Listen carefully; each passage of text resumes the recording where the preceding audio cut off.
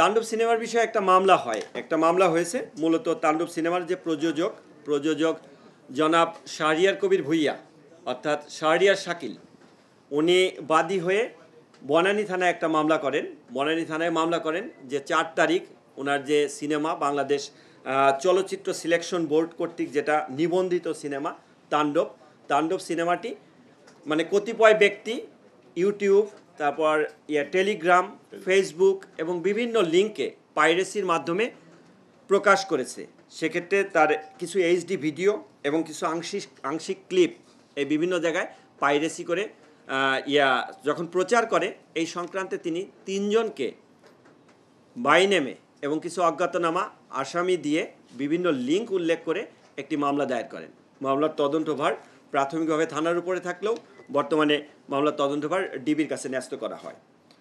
তা এটার পরপরই আমরা যখন কার্যক্রম শুরু করি, কার্যক্রমের পরে আমরা যে এজাহার নামে 3 জন আসামি, 3 জনকেই আমরা গ্রেপ্তার করতে সক্ষম হই। যে 3 জন হচ্ছে টিপু সুলতান, সাদি সাদ ওরফে সাগর, যিনি সিনেটিক অনলাইন পোর্টালের মালিক, এবং আরেকজন সাজেতুল ইসলাম।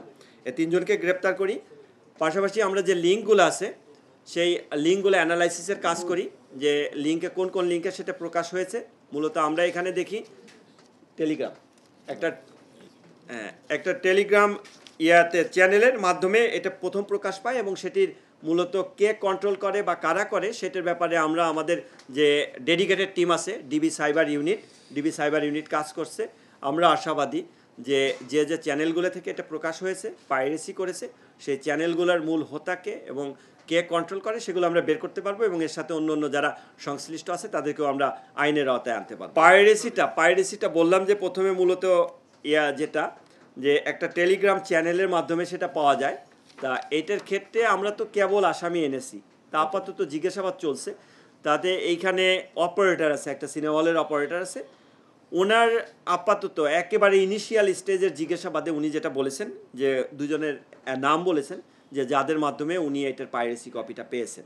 তা ওইটার ব্যাপারেও যাচাই বাছাই চলে তাদের অবস্থান শনাক্ত করে, এবং তাদের সামাজিক যোগাযোগ মাধ্যমে যে বিভিন্ন ইয়াগুলো আছে, ওই আপনার লিঙ্কগুলো আছে, সেগুলো যাচাই বাছাই করে তাদেরকে আইনের আওতায় আনা হবে তাদের সংশ্লিষ্টতা থাকলে। আর অপর 2 জন যারা, তারা তো তাদের সামাজিক যোগাযোগ মাধ্যমে আমরা যেটা দেখতে পেলাম ইনিশিয়ালি, যে তারা ঘোষণাই দিয়ে দিয়েছেন যে এটার পাইরেসি কপি আসছে। সুতরাং সেক্ষেত্রে সেলফ ডিক্লিয়ারেশন আছে, সেলফ ডিক্লিয়ারেশনের মাধ্যমে এটা পাইরেসি করেছে।